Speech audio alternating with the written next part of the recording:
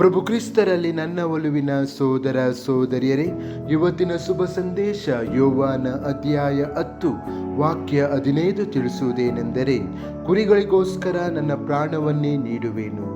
ಚಿಂತನೆ: ಈ ಸಾಲು ಕ್ರಿಸ್ತನ ಹೃದಯವನ್ನು ಒಳ್ಳೆಯ ಕುರುಬನಾಗಿ ಬಹಿರಂಗಪಡಿಸುತ್ತದೆ.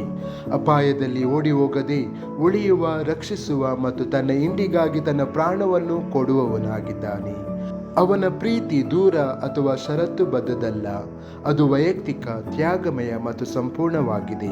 ಯೇಸು ಕುರಿಗಳನ್ನು ಮಾತ್ರ ಕಾಳಜಿ ವಹಿಸುವುದಿಲ್ಲ, ಅವನು ಅವುಗಳಿಗೆ ಸೇರಿದವನು ಮತ್ತು ಅವು ಅವನಿಗೆ ಸೇರಿವೆ.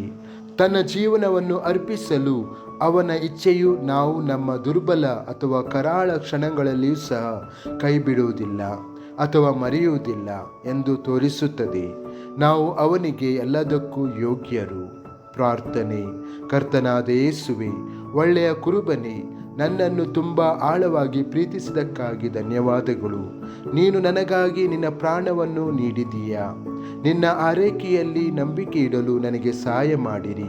ವಿಶೇಷವಾಗಿ ನಾನು ಕಳೆದು ಹೋದಾಗ ಅಥವಾ ಭಯಭೀತನಾದಾಗ ನೀನು ನನ್ನನ್ನು ಪ್ರೀತಿಸಿದಂತೆ ಇತರರನ್ನು ನಿಸ್ವಾರ್ಥವಾಗಿ ಪ್ರೀತಿಸಲು ನನಗೆ ಕಲಿಸಿರಿ. ಯಾವಾಗಲೂ ನಿನ್ನ ಹಾದಿಯಲ್ಲಿ ನನ್ನನ್ನು ಮಾರ್ಗದರ್ಶಿಸಿರಿ. ಆಮೆನ್.